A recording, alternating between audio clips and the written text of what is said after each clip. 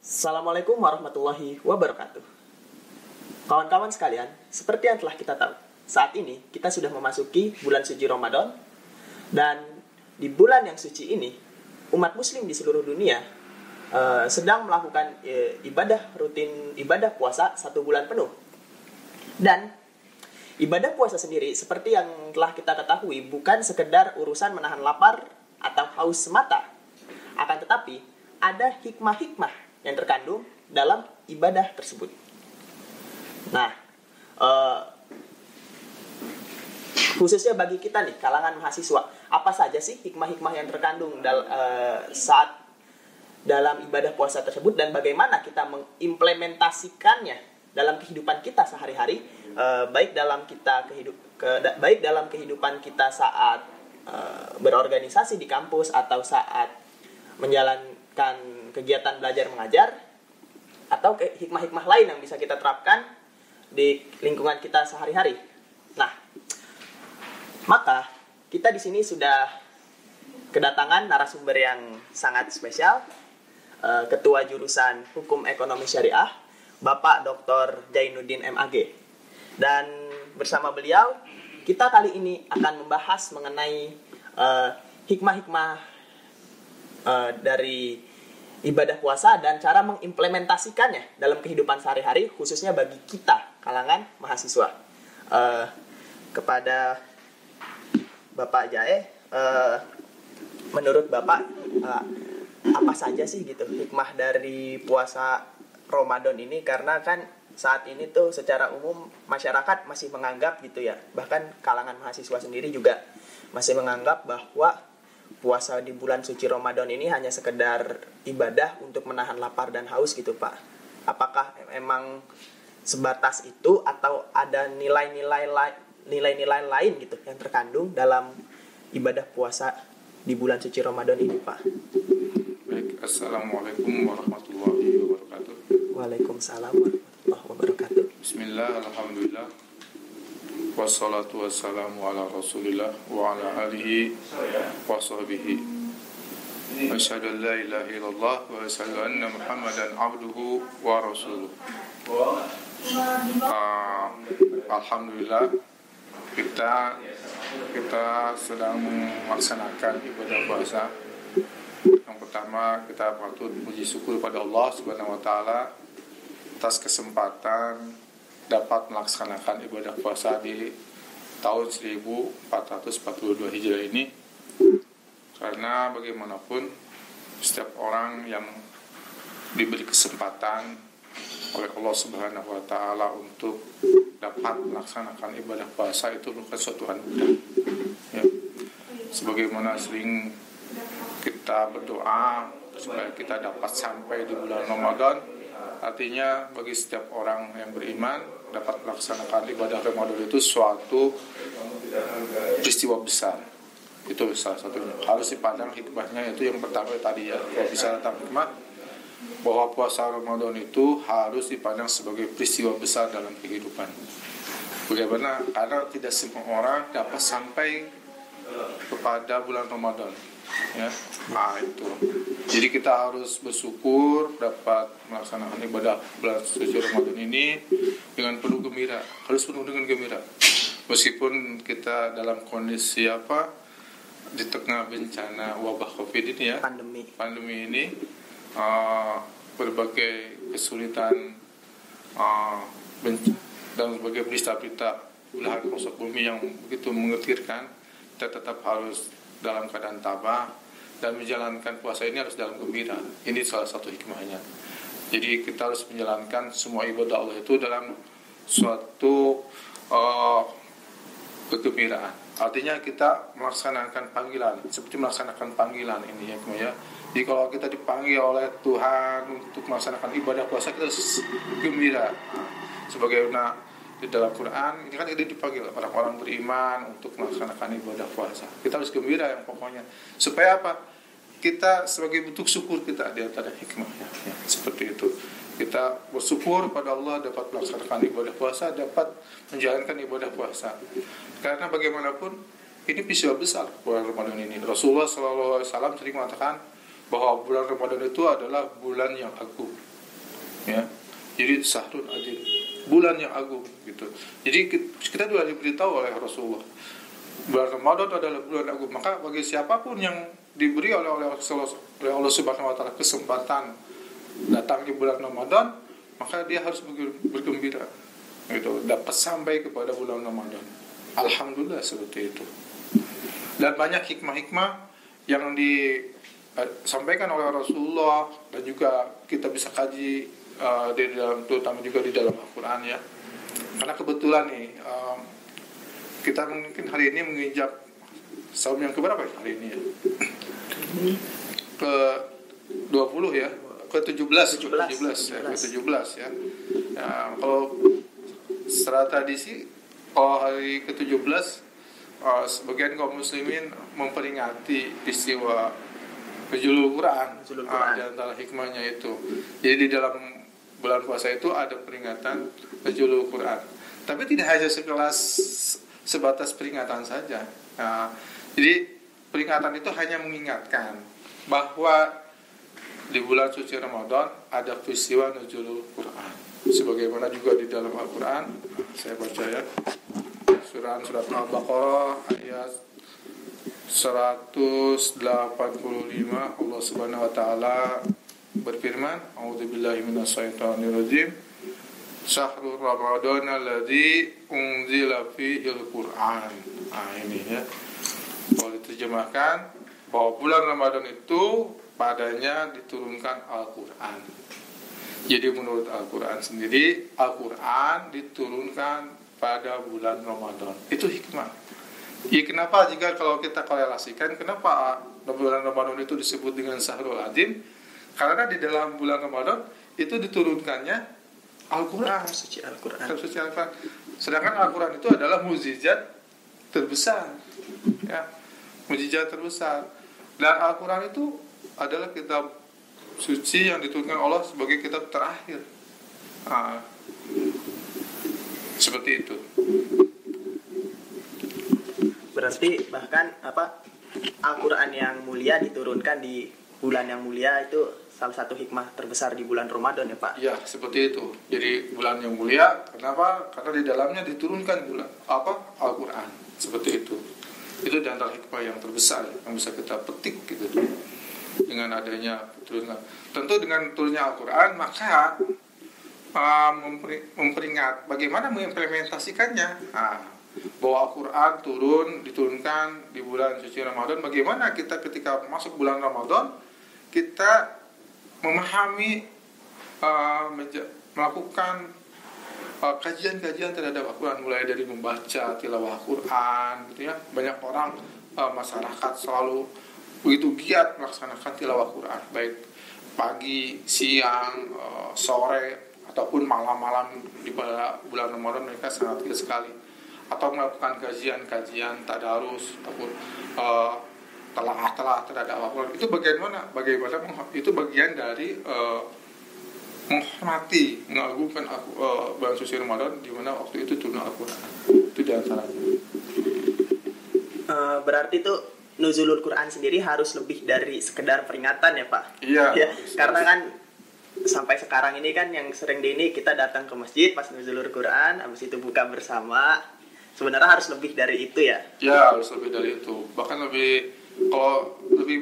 bahkan di dalam riwayat disebutkan bahwa Rasulullah itu begitu giat mentadarus Quran daripada bulan-bulan Ramadan. Di bulan Ramadan lebih giat ya itu ya.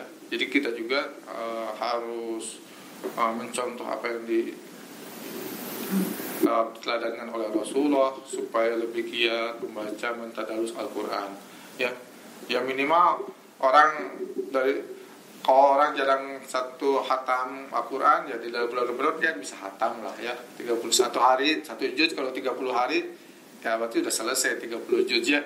Bisa seperti itu prinsipnya. Jadi orang yang minimal dia bisa, yang kalau di bulan-bulan lain belum jarang hatam, di bulan Ramadan hatam ya. Minimal ya 1 kali hatamah lah itu. Nah, kata Rasul minimal 1 hari atau 2 kali, atau kalau lebih mampu dalam 3 hari itu hatam gitu ya. Itu lebih bagus, maksimal ya. Jadi ada aturannya.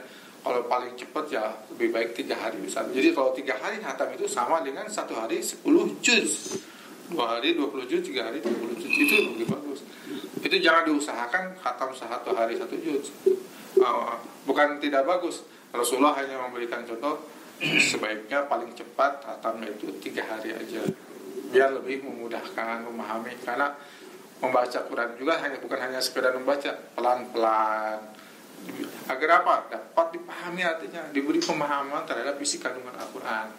Jadi kalau menurut salah satu, kalau saya tidak salah, itu salah satu penyair namanya Muhammad Iqbal itu ya, tokoh pemikir Islam dari Pakistan, mengatakan kita itu kalau memahami Al-Quran, ketika memahami Al-Quran, membaca Al-Quran itu harus menghadirkan maknanya, seolah-olah Al-Quran itu diturunkan kepada diri kita. Seolah-olah gitu ya. Agar apa? Supaya kita bisa menghadirkan maknanya, menjiwai, maksudnya begitu ya. Jadi kalau kita membaca tidak sekedar membaca, tapi ada pemaknaan, menghadirkan maknanya supaya seolah-olah Al-Quran ini diturunkan kepada kita. Jadi kalau seolah-olah, kali ini namanya seolah-olah ya. Jadi kita membaca Quran itu dengan penuh ibadah, penuh penjiwaan ya, seperti itu. Supaya kita dapat apa isi kandungan Quran itu bisa kita pahami, dapat petunjuk, dapat penerangan, dapat cahaya dan segala macamnya, seperti itu.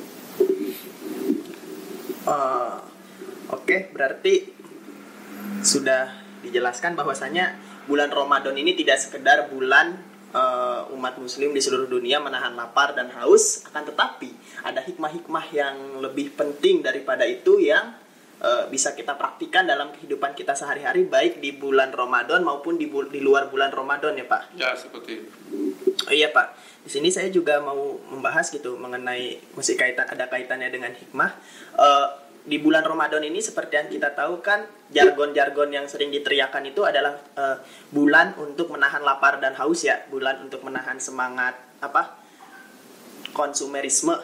Tapi akan tetapi yang terjadi di lapangan justru kalau kita baca-baca bahwasanya tingkat konsumsi naik, terus harga-harga pangan juga pada naik, yang berarti menunjukkan bahwasanya justru tingkat masyarakat mengonsumsi suatu produk baik barang atau jasa justru lebih meningkat dari luar bulan Ramadan Pak. Itu bagaimana Pak menurut Bapak mengenai ketidaksesuaian ini?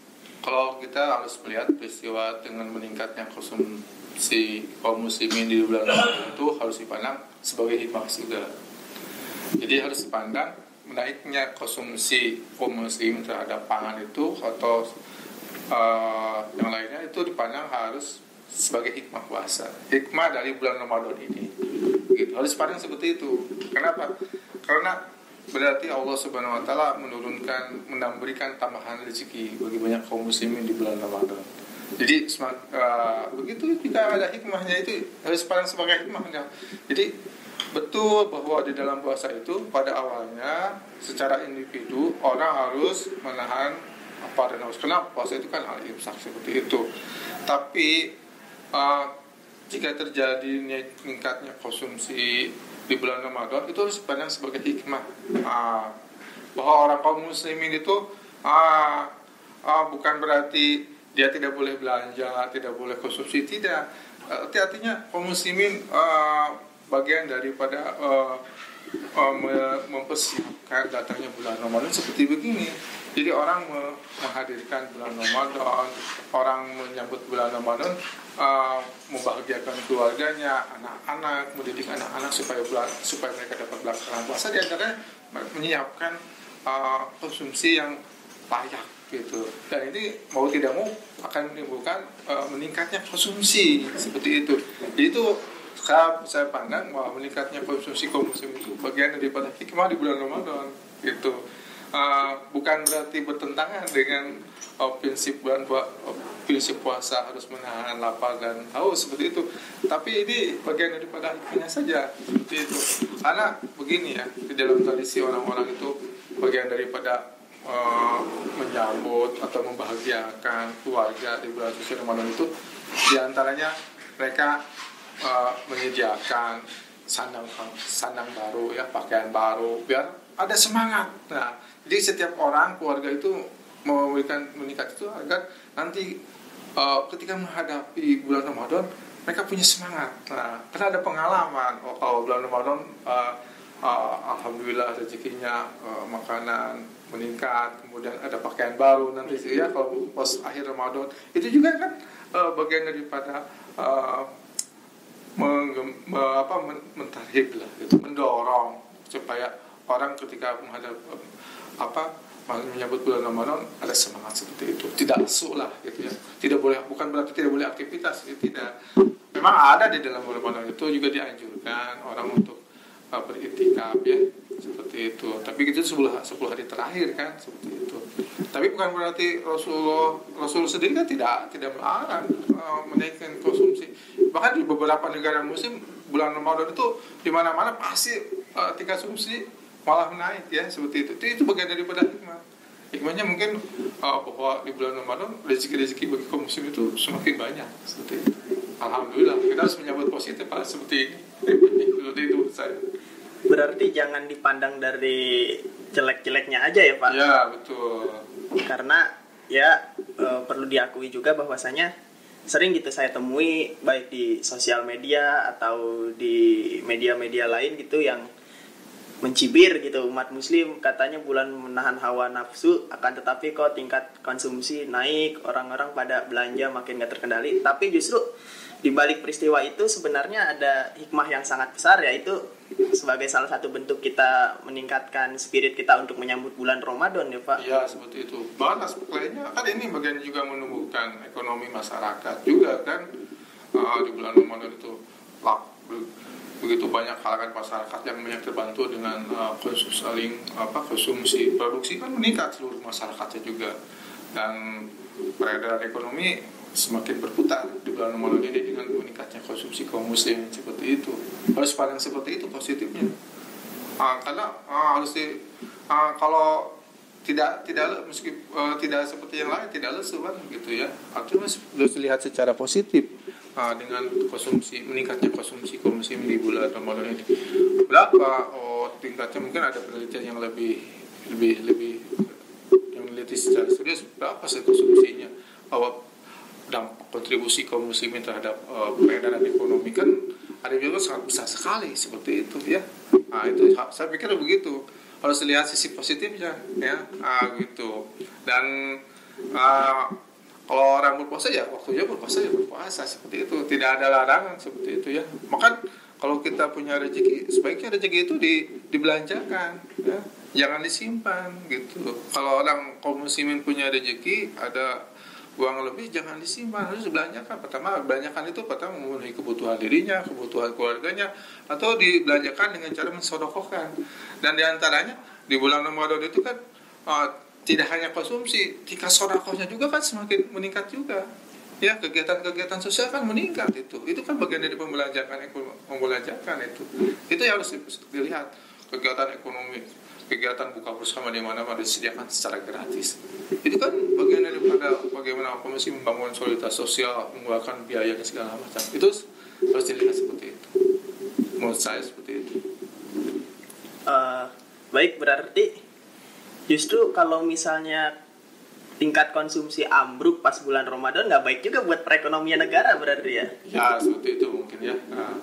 Ya kita harus melihat, pokoknya meningkatnya konsumsi di bulan Ramadan itu sangat berpengaruh positif ya, dan itu memberikan hikmah yang besar bagi kaum muslimin dan juga bagi umat yang lain insyaallah.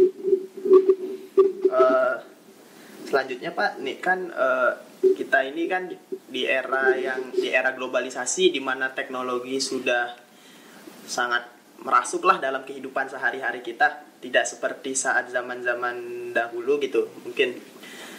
Jadi apa saja sih Pak menurut Bapak tantangan-tantangan yang dihadapi oleh umat muslim sekarang ini dalam bulan Ramadan gitu, khususnya untuk mengimplementasikan hikmah-hikmah yang tadi baru kita bahas gitu Pak. Pasti kan berbeda gitu tantangannya saat masih zaman Rasulullah atau zaman penjajahan Belanda dulu dengan zaman kita. Tantangannya menurut Bapak yang dihadapi oleh kita di bulan Ramadan Pak? Ya, setiap zaman itu punya tantangan tersendiri ya. Tantangan hari ini tantangan media dan segala macam ya. Uh, kita harus bisa menempatkan kemajuan teknologi, kemajuan media itu sesuai dengan tempatnya. Bahkan harus digunakan untuk keperluan-keperluan yang positif, yang menunjang berkontribusi terhadap positif, mengembangkan ilmu, mengembangkan pengetahuan, mengembangkan siar Islam dan segala macam. Itu harus digunakan hal yang sangat positif.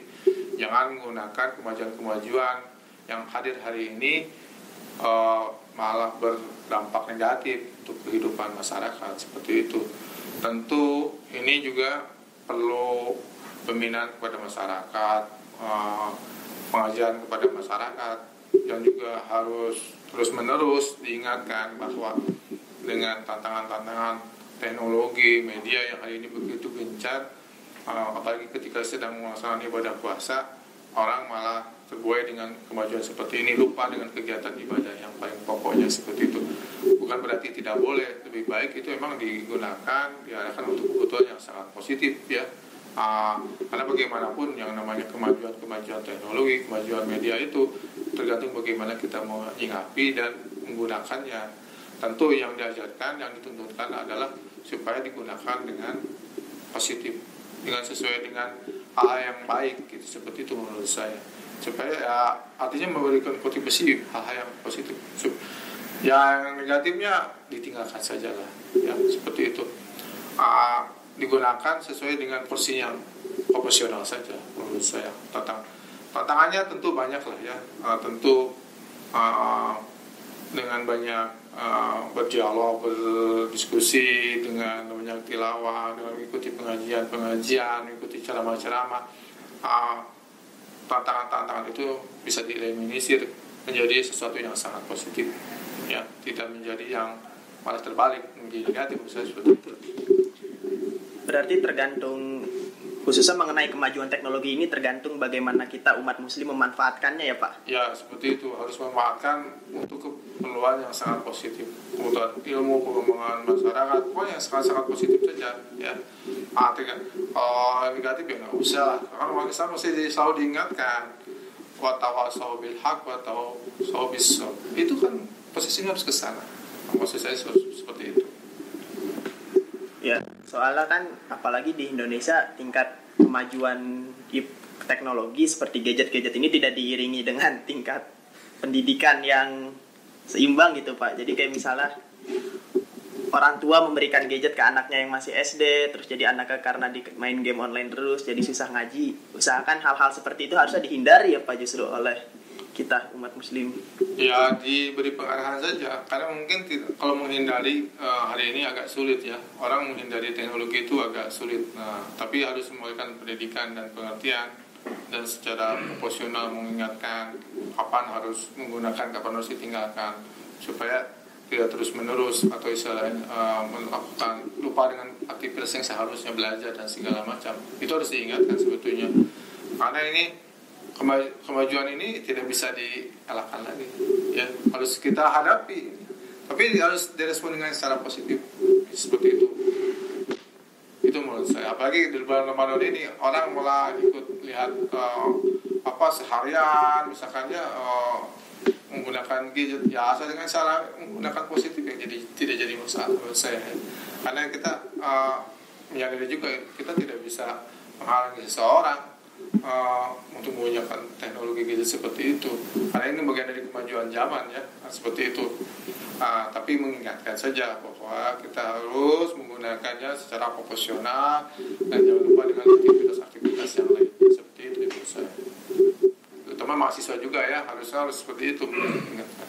Apalagi dalam kegiatan kuliah secara daring itu kan bagian daripada teknologi kan, gitu, seperti itu. Itu menurut saya.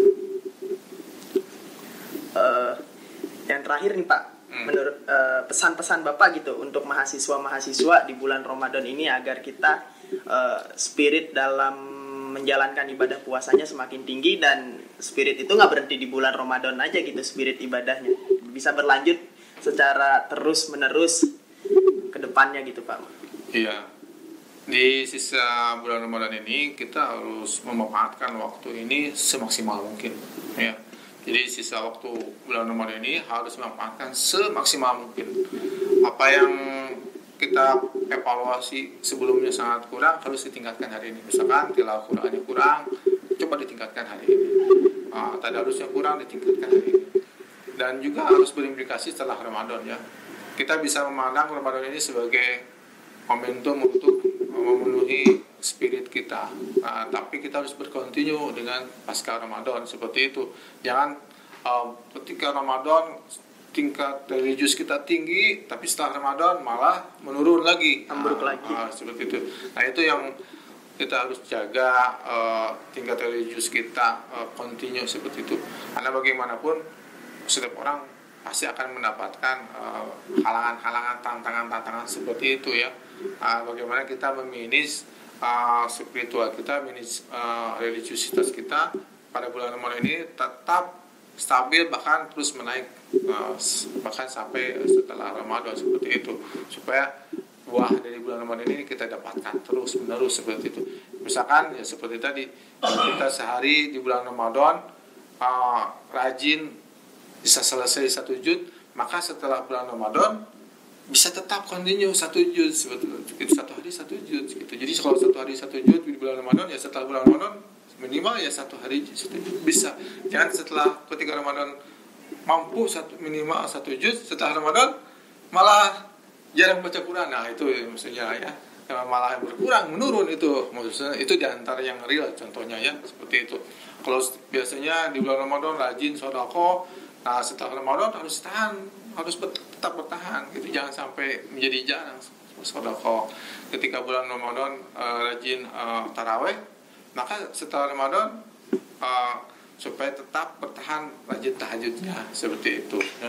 Itu diantaranya gitu ya, supaya mudah-mudahan kita diberi hidayah taufik oleh Allah Subhanahu Wa Taala untuk dapat melaksanakan ibadah Ramadan ini di sisa bulan Ramadan ini dengan kualitas yang terbaik, dan juga dapat menjaganya setelah Ramadan ini dengan tetap melaksanakan amalia yang seperti kita laksanakan di Ramadan ini seperti biasa, insya Allah seperti itu.